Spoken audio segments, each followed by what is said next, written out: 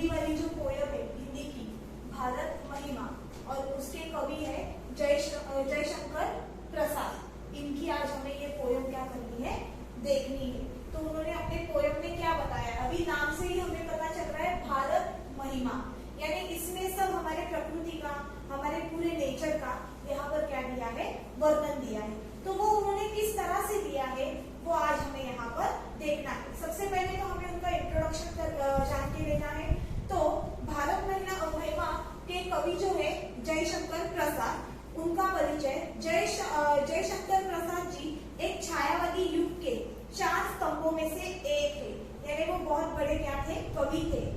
आप बहुमुखी प्रतिभा के धनी है, कवि, नाटककार, देखो कवि थे, नाटककार थे, कथाकार थे, उपन्यासकार तथा निबंधकार के रूप में आप प्रसिद्ध है। मतलब ये वो बोल रहे हैं, आपकी रचनाओं में सर्वत्र भारत के गौरवशाली अतीत ऐतिहासिक विरासत का दर्शन होता है। अभी यहाँ पर उन्होंने अलग अलग गौरवशाली ऐसी कोई चीजें हैं हमारे यहाँ पर, ऐतिहासिक कोई चीजें हैं हमारे भारत देश में, उन सब का उन्होंने यहाँ पर क्या किया है, वर्णन किया है। प्रमुख कृतियां उनमें उन्होंने कौन कौन से ऐतिहासिक नाटक लिखे हैं, कौन से महाकाव्य लिखे हैं, कौन से कहानी संग्रह लिखे हैं, तो उनके भी नाम उन्होंने यहाँ पर बताए हैं। पहला बताया है झरना, आंसू और लहर, ये क्या है, काव्य है। उसके साथ साथ काव्यानी महाकाव्य है। स्कंदगुप्त, चंद्रगुप्त, ध्रुव स्वामी ऐतिहासिक नाटक आणि प्रतिध्वनी, आकाशदीप, इंद्रजाल, कहानी संग्रह, कंकाल, तितली, इरावती, ये उपन्यास आदि उन्होंने यहाँ पर उनके परिचय में बताए हैं। अभी पद्य संबंधी उन्होंने जानकारी दी है। तो पद्य संबंधी मतलब, पद्य मतलब ये जो आपकी पोयम है, इसे क्या बोला जाता है, पद्य, और लेसन जो होता है उसे क्या बोला जाता है, गद्य। तो पद्य संबंधी उन्होंने जानकारी दी है कि प्रस्तुत कविता में कवि ने अपने देश के गौरवशाली अतीत का सजीव वर्णन किया है, यानी हमारा देश क्या कैसा है, उसमें कौन कौन सी खासियत है वो उन्होंने यहाँ पर बताया है। कवि का कहना है कि हमें अपने देश पर गर्व करते हुए उसके प्रति अपना सर्वस्व न्यौछावर कर देना चाहिए। न्यौछावर करना यानी उसके लिए हमें कुछ भी करने के लिए हम तैयार होने चाहिए। किसके प्रति, अपने देश के प्रति, जो हमारे देश ने हमारे लिए किया है उसके प्रति हमें क्या करना चाहिए, उस देश पर हमें गर्व करना चाहिए और उसके प्रति हमें अपना सब क्या करना चाहिए, न्यौछावर कर देना चाहिए। और वो करने के लिए आपको हमेशा क्या होना चाहिए, तैयार होना चाहिए। समझ में आया शॉर्ट में इसमें क्या बताया है। अभी आपको देखना है तो इसके शब्द अर्थ। अभी शब्द अर्थ में उन्होंने सबसे पहला शब्द अर्थ क्या बताया, उपहार। उपहार तो आप सबको पता है, भेंट, गिफ्ट जो आप बोलते हो। आलोक, आलोक यानी प्रकाश, उजाला। उसके बाद वो मतलब आकाश, आकाश यानी आसमान। तम, तम यानी अंधेरा। पुंज, पुंज यानी समूह। ग्रुप, समूह यानी ग्रुप। आखिर, आखिर यानी संपूर्ण, पूरा। संस्कृति यानी संसार, संसार यानी हम जो जीवन जीते हैं उसे क्या बोलते हैं हम लोग, संसार बोलते हैं।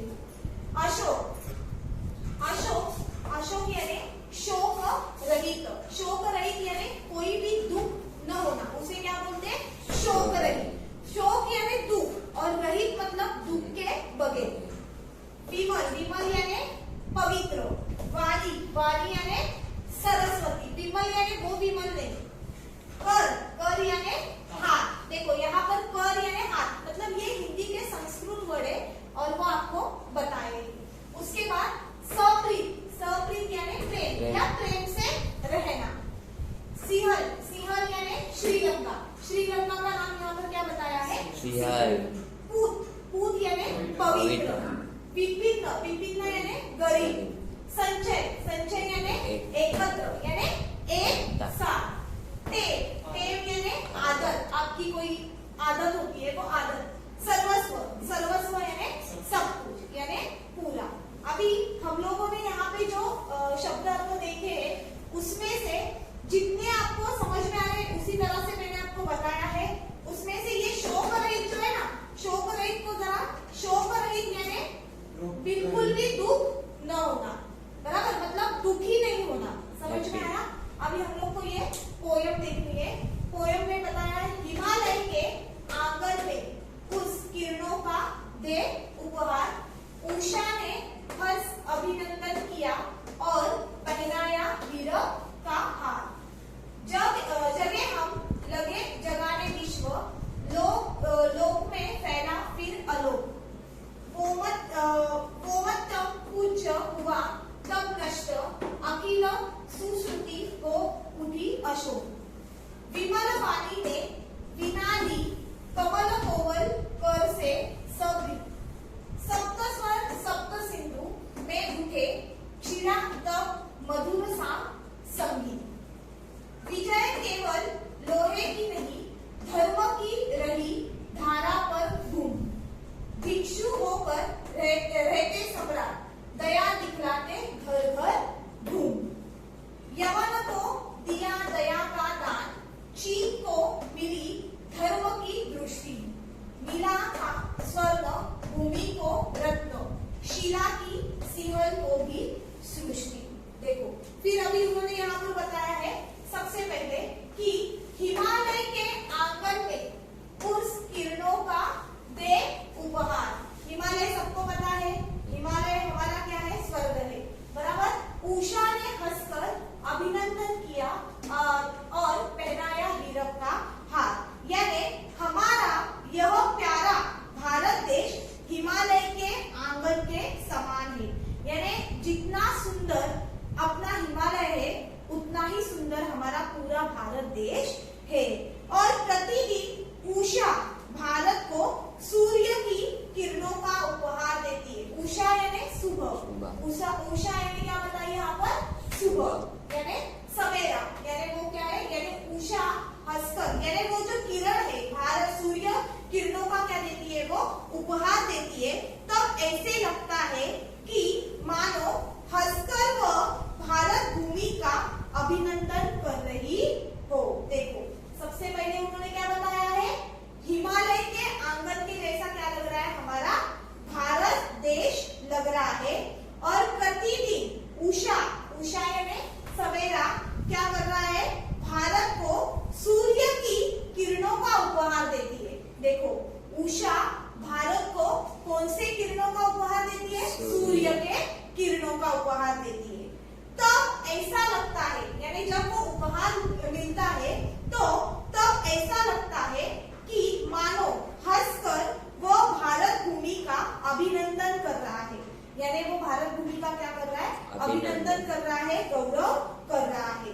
ओस की बूंदों पर जब प्रातःकालीन सूरज की रश्मियां पड़ती है, सूरज की रश्मियां, रश्मियां यानी सूरज के किरण, रश्मियां यानी क्या होते हैं, सूरज के किरण। देखो, नॉर्मल अपन पेड़ पे भी पानी डालते हैं तो वो बूंदे में अगर किरण चमकती है तो ऐसे लगता है जैसे कोई डायमंड क्या हो रहा है, वहां पर चमक रहा है। तो ऐसे ही उन्होंने बोला है कि ओस की बूंदों पर जब प्रातःकालीन सूर्य की रश्मियां पड़ती है तो ऐसे लगता है जैसे उषा ने भारत को हीरो का क्या पिनाया है, हार पिनाया हुआ है। क्लियर? देखो, सबसे पहले तो हिमालय किसके समान लग रहा है, और हमारा भारत देश किसके समान लग रहा है, हिमालय के आंगन के समान लग रहा है। और उसके बाद ये जो उषा है, ये उषा प्रतिदिन भारत को सूर्य किरणों का क्या देती है, उपहार देती है। और उसी के साथ साथ ऐसे लगता है कि मानो वो हंसकर क्या कर रही है, उनका गौरव कर रही है, उनका अभिनंदन कर रही है। ओस की बूंदे जब प्रातःकालीन सूरज की रश्मियां पड़ती है, ओस की बूंदों पर जब प्रातःकालीन सूरज की रश्मियां, यानी क्या, सूरज की किरणें, रश्मियां यानी क्या बताया है, सूरज की किरणें पड़ती है तो ऐसे लगता है जैसे उषा ने भारत को, यानी जैसे सवेरे ने भारत को क्या पिनाया है, हीरो का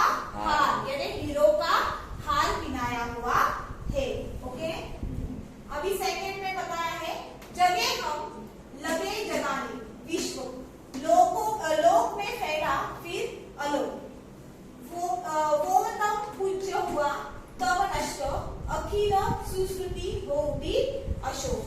देखो फिर उन्होंने बताया है कि सबसे पहले ज्ञान का उदय भारत में ही हुआ था, यानी सबसे पहले जो ज्ञान था वो हमारे भारत भूमि पर ही क्या हुआ था, ज्ञान का उदय हुआ था। अर्थात सबसे पहले हम जागृत हुए थे और फिर हमने पूरे विश्व को क्या किया है, वो ज्ञान बांटा है। यानी सबसे पहले ज्ञान का उदय कहाँ पर हुआ है, भारत में। यानी जगह हम, यानी सबसे पहले हमारे यहाँ पर क्या हुआ है, ज्ञान का उगम हुआ है। फिर हमने क्या किया है, पूरे विश्व में वो ज्ञान को क्या किया है, फैलाया हुआ है। और फिर हमने पूरे विश्व में ज्ञान का प्रसार किया, इसके कारण समग्र संसार अलौकिक हो गया है। देखो इसके कारण समग्र जो संसार है अलौकिक, अलौकिक यानी मैंने क्या बताया है, प्रकाश। यानी समस्त संसार, जब हम लोगों ने लोगों को ज्ञान बांटा तो उस वजह से हमारा ये जो पूरा संसार है, ये संसार क्या हुआ है, अलौकिक हुआ है। और यहाँ पर बताया है अलौकिक, यानी यहाँ पर अलौक बताया है, लेकिन अलौकिक होना मतलब प्रकाशमय होना। आया समझ में? हाँ। उसके बाद उन्होंने यहाँ पर बताया है कि इसके कारण समग्र संसार अलौकिक हो गया है। अज्ञान रूपी अंधकार का विनाश हुआ है। मतलब सबसे ज्यादा यहाँ पर अपने बहुत ही अंधकार था, कौन सा, अंधश्रद्धा। यानी ऐसी बहुत सारी रूढ़ी परंपराएं थी कि मतलब ऐसी थी कि लोगों को उससे क्या हो सकती थी, आगे जाकर तकलीफ हो सकती थी। यानी फॉर एग्जांपल सती जाना, यानी उसके अगर हस्बैंड मर गए तो वो स्त्री को क्या करना पड़ता था, उसके साथ वो चिता में जलना पड़ता था। ऐसी पहले बहुत सी, मतलब अलग अलग ऐसी बहुत सी वहां पर रूढ़ियां थी।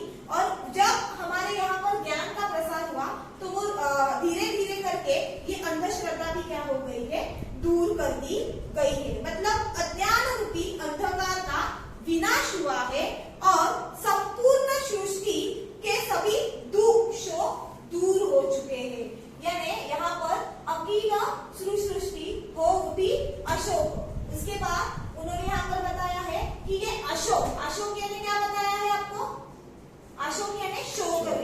यानी हमारी सृष्टि, यानी ये सृष्टि, यानी ये संसार जो है वो पूरी तरह से क्या हो चुका है, अलौकिक, यानी दुख रहित। यानी अभी किसी को भी दुख यहाँ पर नहीं है। क्लियर? ओके। विमल वाणी ने विनाली कमल कोमल कर से सपी, सप्त स्वर सप्त सिंधु में उठे, छिड़ा तब मधुर सा संगीत। अभी विमल वीणा, विमल का मैंने क्या बताया है, पवित्र, राइट। और यहाँ पर वीणा, वीणा मैंने क्या बताया है, सरस्वती।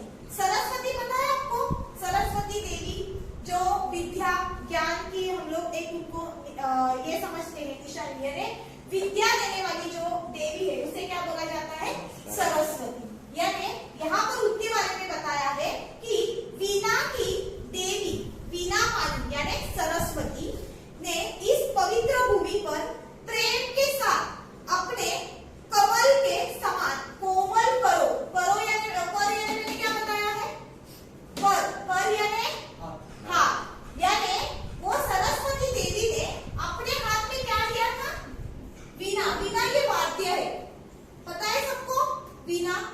हाँ, वो वीणा जो वाद्य है वो उन्होंने क्या किया था, अपने हाथ में लिया था। पर यानी क्या बताया है, हाथ में। और वो हाथ में लेकर जब उन्होंने वो कैसे बजाया है, पूरे प्रेम से वो वीणा को उन्होंने क्या किया है, बजाया है।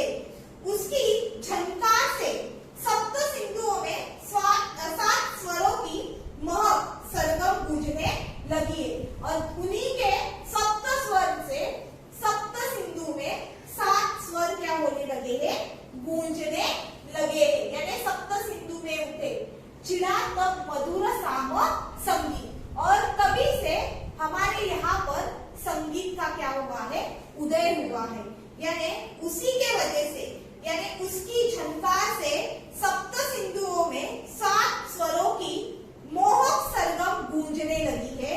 और मधुर संगीत का, मधुर यानी सबसे सुरीला, बराबर,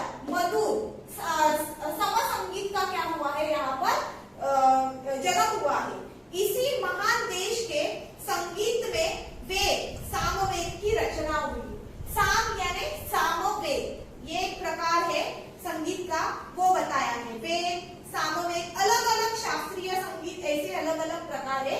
और उसी के वजह से कभी जब सरस्वती देवी माँ ने अपने हाथ में क्या ली, वीणा ली, यानी अपने हाथ में वीणा ली और उसे क्या किया है, सप्रीत यानी बड़े प्यार से उसे क्या किया है, बजाया है, तभी सप्त स्वर सप्त सिंधु में क्या हो गए, गूंज उठे। और उसी तरह से हमारे भारत देश में क्या हुआ है, पूरी तरह से संगीत का निर्माण हुआ है। क्लियर? हाँ, उसके बाद विजय केवल लोहे की नहीं, धर्म की रही धारा पर घूम, भिक्षु होकर रहते सम्राट, दया दिखलाते घर घर घूम। देखो, फिर उन्होंने यहाँ पर बोला है कि भारत के लोगों ने शस्त्रों के बलों पर देश को नहीं जीता है। लोहा यानी अलग अलग लड़ाई करते वक्त अलग अलग शस्त्रों का क्या किया जाता, उपयोग किया जाता था।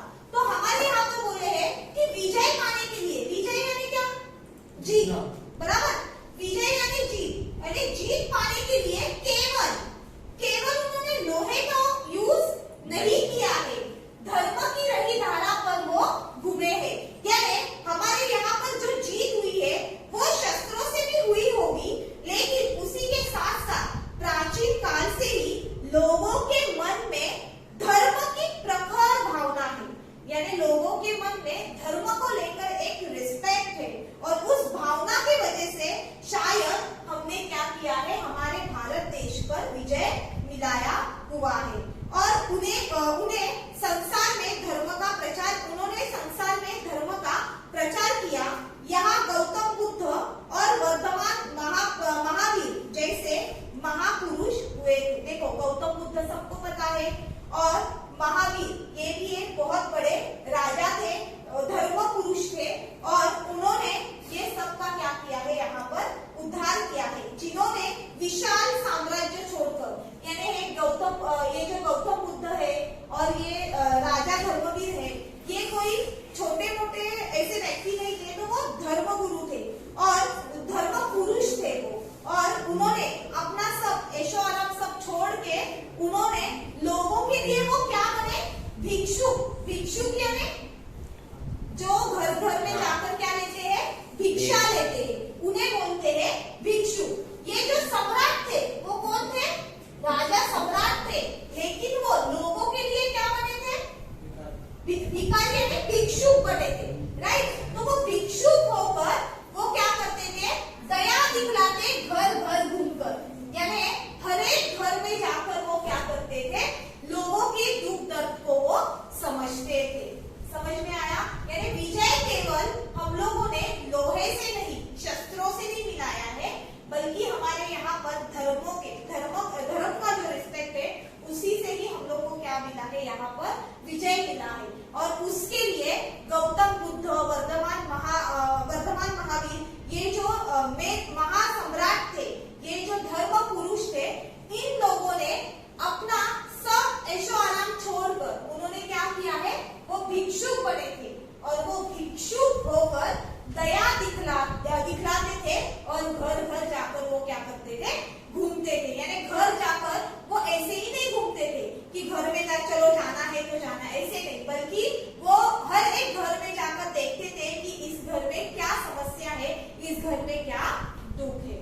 क्लियर? अभी देखो, उसके बाद उन्होंने बताया है, यवन को दिया दया का दान, चीन को मिली धर्म की दृष्टि, मिला था स्वर्ण भूमि को रत्न, शील की सिंहल को भी सृष्टि। देखो, अभी फिर उन्होंने यहाँ पर बोला है कि वो जो विशाल साम्राज्य छोड़कर वो भिक्षु का स्वरूप उन्होंने धारण किया था, किन्होंने, गौतम बुद्ध और वर्धमान महावीर ने। और वो घर घर जाकर लोगों के कष्टों को क्या करते थे, दूर करने का प्रयास करते थे। उसी के साथ साथ उन्होंने क्या किया है, धर्म का प्रचार किया है। हमने मोहम्मद गोरी को पराजित करने के बाद भी दयापूर्वक क्षमा कर दी। यानी ये जो मोहम्मद गोरी करके वो पुरुष थे, उन्होंने हमारे भारत देश पर क्या किया था, आक्रमण किया था और उस वक्त उन्होंने उनको हरा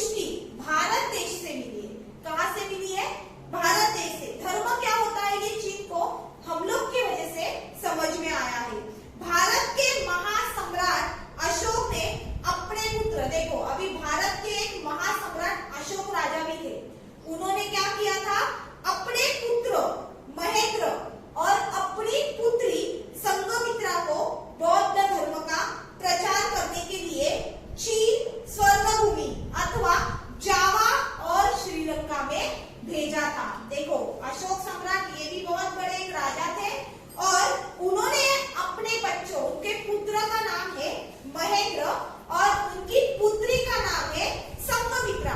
इन दोनों बच्चों को अशोक राजा ने कहां पर भेजा था? चीन में। चीन और जावा, जावा श्रीलंका, यहाँ पर भेजा था। क्यों भेजा था उनको? तो धर्म का यानी बौद्ध धर्म का प्रचार करने के लिए उन्होंने उनको वहां पर भेजा था। कहां पर भेजा था? वो जो स्वर्ण भूमि है चीन की, वहां पर जावा और श्रीलंका में। ओके, जावा और श्रीलंका के लोगों को पंचशील, अहिंसा, अस्तेय, अपरिग्रह, सत्य, ब्रह्मचर्य यदि के सिद्धांत मिले थे।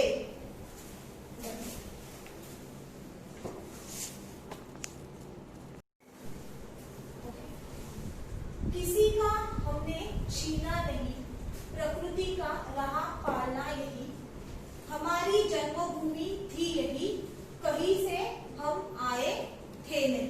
देखो फिर उन्होंने यहाँ पर बोला है कि भारतवासियों ने कभी किसी की संपत्ति या किसी का राज्य छीनने का प्रयास नहीं किया है। यानी हम लोग जो भारतवासी लोग हैं, हम लोगों ने कभी ना ही किसी की संपत्ति छीनी है और ना ही किसी का राज्य छीनने का हम लोगों ने प्रयास किया है।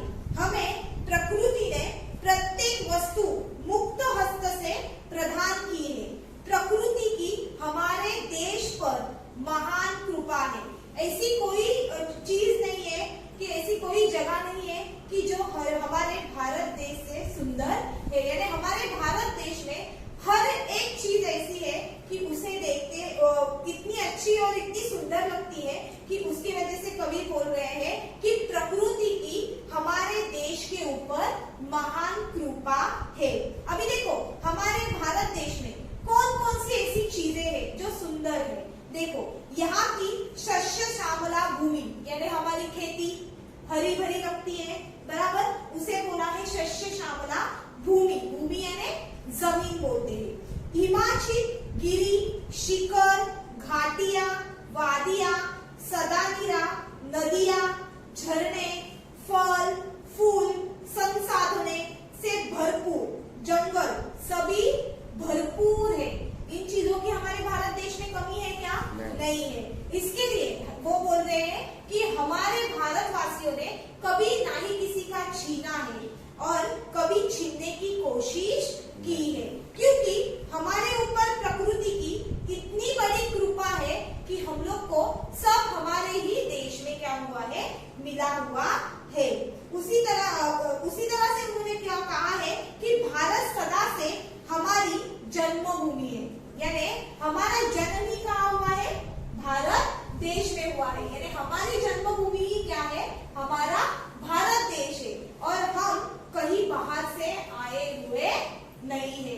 यानी हम भारत देश के पुत्र हैं और हम यहीं से आए हैं, हम लोग कहीं बाहर से आए हुए नहीं है। यानी हमने किसी का कुछ छीना नहीं है और हमने कभी किसी का छीनने का प्रयास किया नहीं है, क्योंकि प्रकृति की हमारे ऊपर बहुत बड़ी क्या है?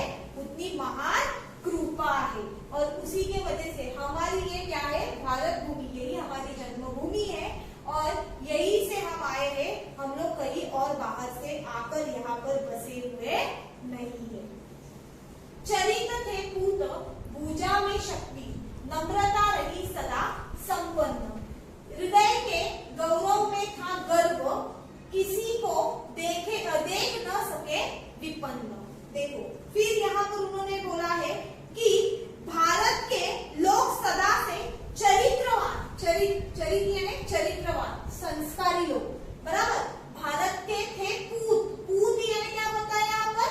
पवित्र, बराबर, पवित्र चरित्रवान थे और भुजाओं में शक्ति, यानी हमारी जो हाथ है उसे क्या बोला गया है? भुजा, यानी हमारे भुजाओं में शक्ति, नम्रता रही सदा संपन्न और हमारे दिल में हमेशा सबके लिए क्या है? नम्रता। यानी हम लोग किसी से बात करते हैं तो पूरी नम्रता से, पूरे झुककर हम लोग क्या करते हैं? सबसे बात करते हैं। यानी हम लोग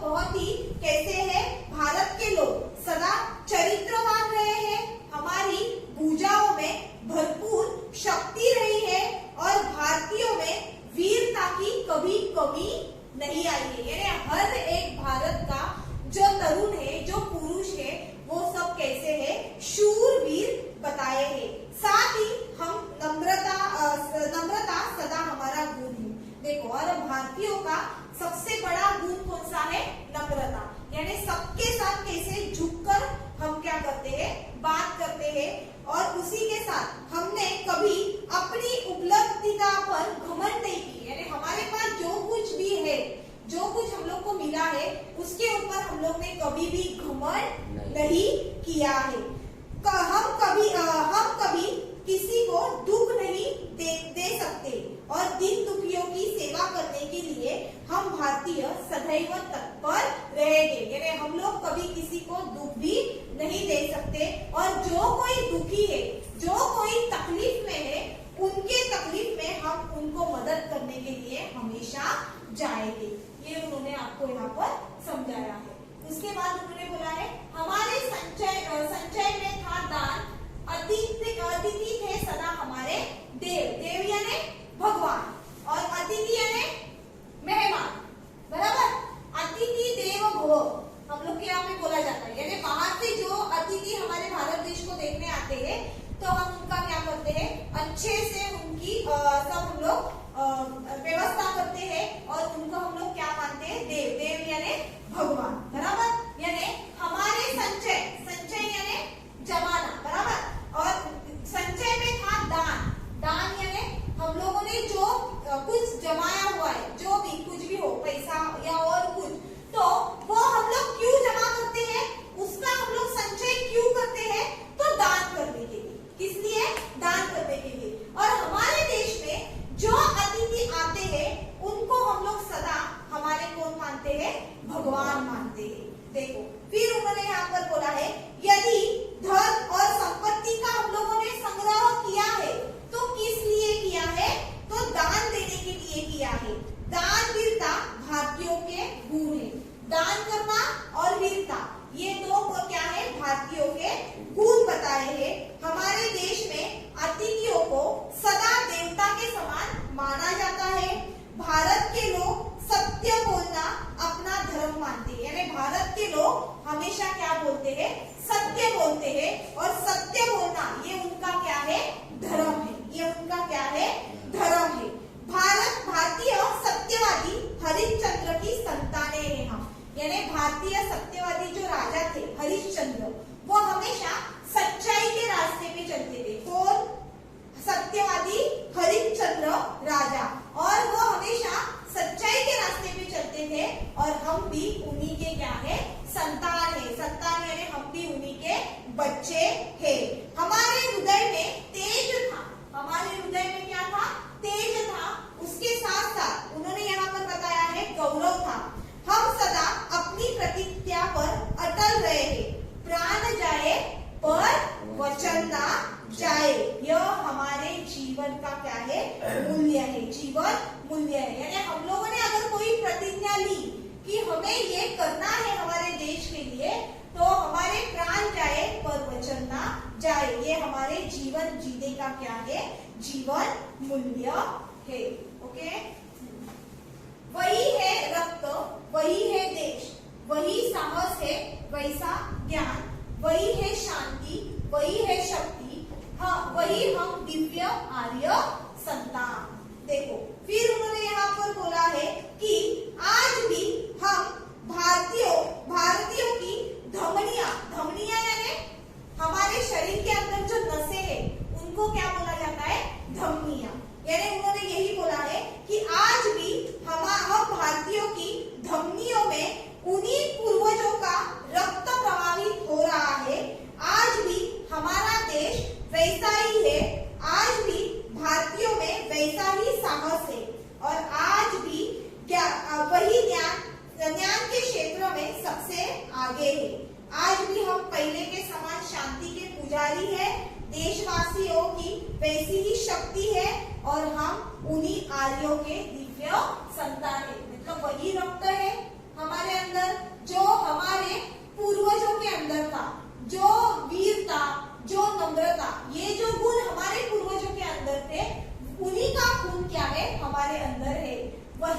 देश है, वही वो साहस है, और वैसा ही वो ज्ञान है। बराबर, वैसा ही वो ज्ञान है और वही वो शांति। यानी हमारे जो भारतवासी है वो हर एक काम कैसे करना चाहते हैं, शांति से करना चाहते हैं, और वही शक्ति है और वही हम दिव्य आर्य संतान है। मतलब उस वक्त के जो आर्य संतान थे उसी की तरह हम आज भी वही संतान थे। क्लियर? जिए तो सदा इसी के लिए, यही अभिमान रहे, यह हर्ष न्यौछावर कर दे हम सर्वस्व, हमारा प्यारा भारत वर्ष। यानी हम जब तक जिए इस देश के लिए जिएंगे, यानी हम लोग जब तक जिंदा रहेंगे तब तक इसके लिए, हमारे देश के लिए जिंदा रहेंगे।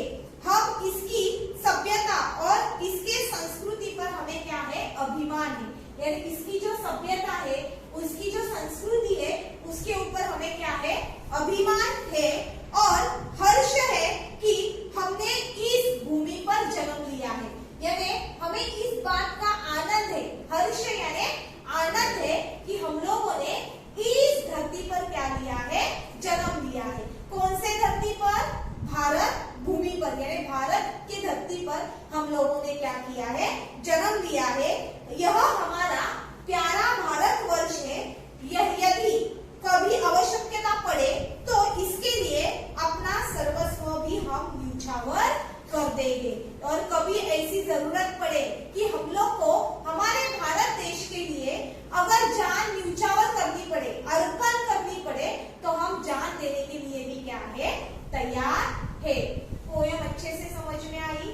ओके, अभी ये पोयम पूरी तरह से हुई है, लेकिन ये पोयम आप सिर्फ एक ही बार मत देखो, तो 3-4 बार रीड करो।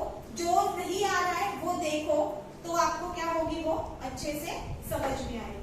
अभी अगले लेक्चर में हम लोग दूसरा पार्ट